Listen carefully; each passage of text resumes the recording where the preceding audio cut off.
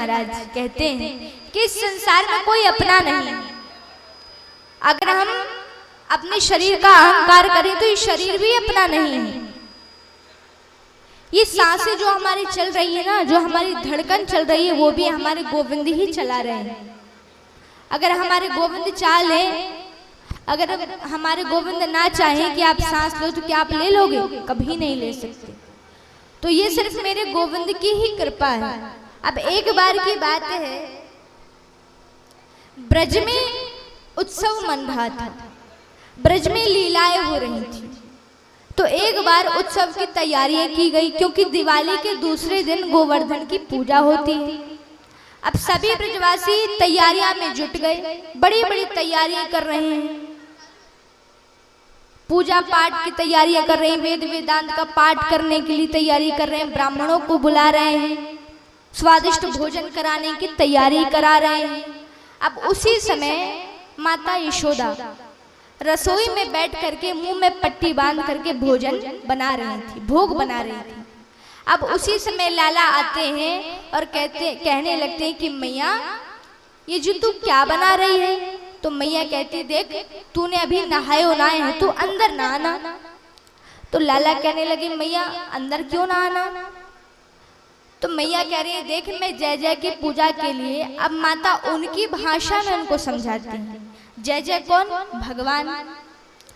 तो मैया कह रही है कि मैं जय जय की पूजा के लिए भोग बना रही हूँ और तूने अभी नहायो नहीं है, इसलिए यहाँ पर आना नहीं, क्योंकि तू आएगा और तू भोग को हाथ लगाएगा, इसलिए तू आना नहीं। माता मना कर देती है कि तू आना नहीं।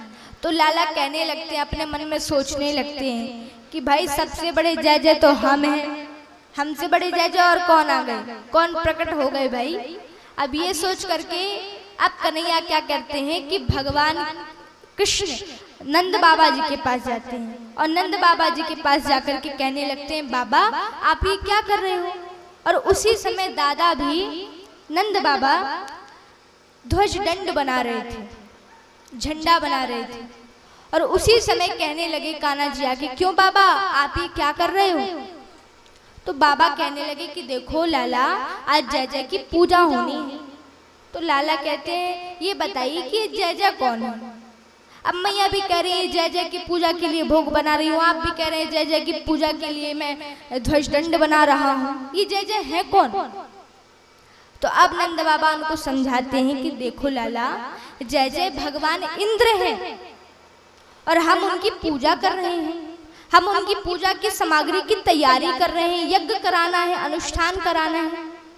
अच्छा ये इंद्र कौन है? तो नंद बाबा बोलते हैं कि देखो राजा इंद्र देवताओं के राजा हैं, मेघ मंडलों के राजा हैं, स्वामी हैं, इसलिए हम उनकी पूजा कर रहे हैं। और इसलिए भी पूजा कर रहे हैं कि वो मेघों के राजा हैं, जब वे प्रसन्न होंगे और अपने मेघ मंडलों को आदेश करेंगे कि जाओ ब्रजमंडल में और वर्षा करो, और जब वर्षा होगी तो अन्न धान्य होगा, अन्न की उत्पत्ति की है, और अन्न के उत्साह से ही और अन्न की उत्पत्ति से ही हम सभी लोगों का जीवन निर्वाह हो रहा है। तो जो भगवान इंद्र हैं हम उनकी पूजा कर रहे हैं। तो लल्ला कहने लगते हैं कि अच्छा अगर हम पूजा नहीं करेंगे, अगर हम यज्ञ नहीं करेंगे, ध्वज दंड नहीं बनाएंगे, तो क्या इंद्र जल की वर्षा नहीं करेंगे? तो नंद बाबा कहते हैं नहीं, बिल्कुल नहीं करेंगे। अगर हम पूजा नहीं करेंगे, अनुष्ठान नहीं करेंगे, उनका यज्ञ नहीं करेंगे तो इंद्र क्रोधित हो जाएंगे, और इंद्र तो मेघों के राजा हैं। जब वे क्रोधित हो जाएंगे और जब वे वर्षा नहीं करेंगे तो हम सभी लोग भूखे मर जाएंगे, अन्न ही नहीं होगा, अन्न का एक दाना नहीं होगा।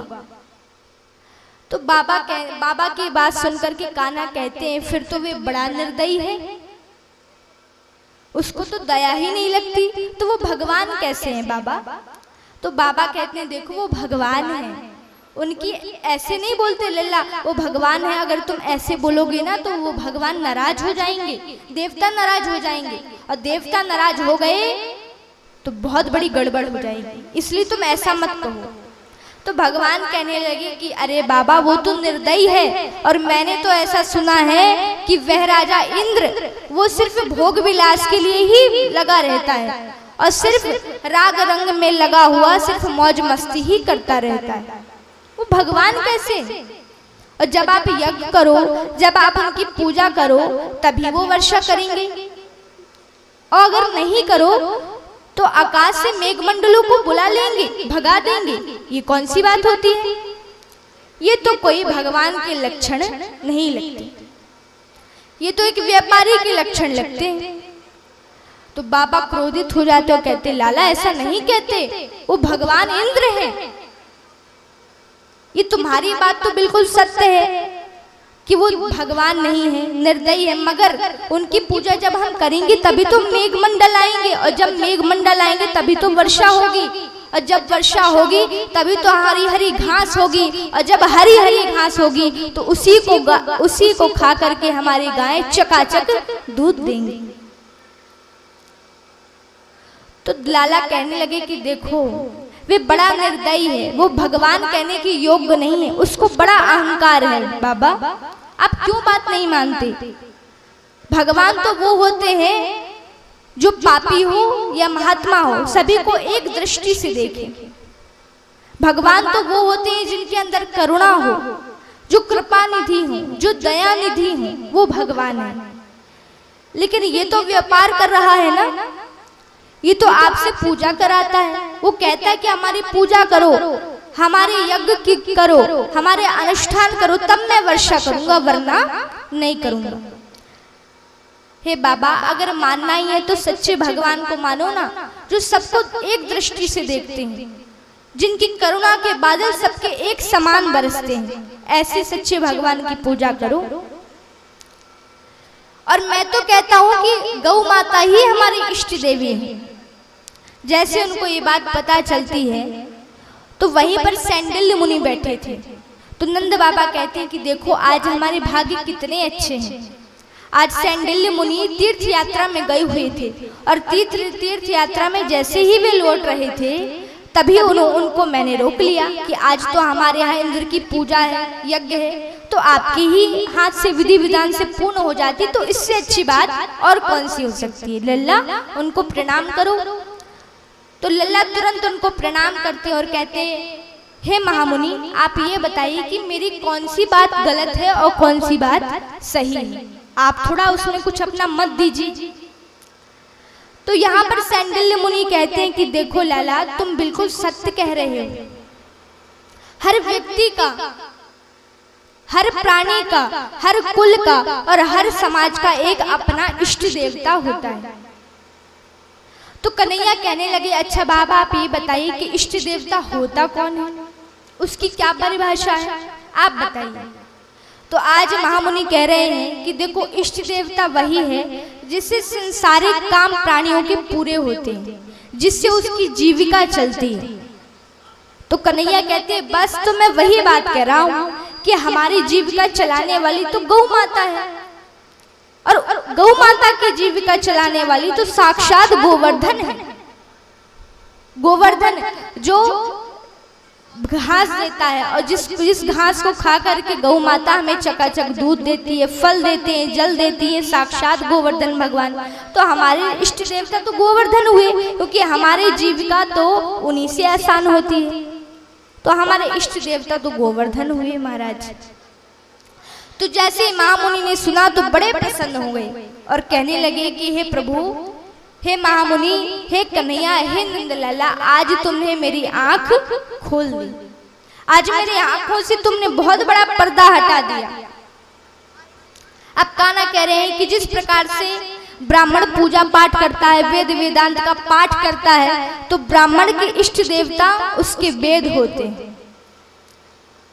एक वैश्य व्यापार करती है तो उसकी इष्ट देवता माता लक्ष्मी होती है। उसी प्रकार से बाबा हम लोग का व्यापार करने वाली, हम लोग की जीविका चलाने वाली तो सिर्फ एकमात्र गोवर्धन है, तो हमें गोवर्धन की ही पूजा करना चाहिए। तो उसी समय सैंडिल्य मुनि नंद बाबा जी को आदेश करते हैं और कहते हैं यहाँ से पूरी सामग्री उठाइए, यहाँ से नैवेद्य आदि उठाइए और सीधा गोवर्धन पर्वत की ओर ले जाइए। वहीं पर हम गोवर्धन की पूजा करेंगे, वही हमारे इष्ट देवता है। अब सारे ब्रज में हाहाकार मच गया। अब सभी लोग 16 श्रृंगार करते हैं, नए नए वस्त्र पहनते हैं, नए नए पकवान बनाते हैं, रसगुल्ले बनाते हैं, रबड़ी बनाते हैं, जलेबियां बनाते हैं, मेवा बनाते हैं, बड़े बड़े मिष्ठान, बड़े बड़े पकवान बन रहे हैं। अब सभी के यहाँ, अब कोई गरीब है तो लड्डू बना रहा, कोई बेसन के लड्डू बना रहा, कोई मोतीचूर के लड्डू बना रहा, कोई सोन पापड़ी बना रहा है, नए नए मिष्ठान बन रहे हैं।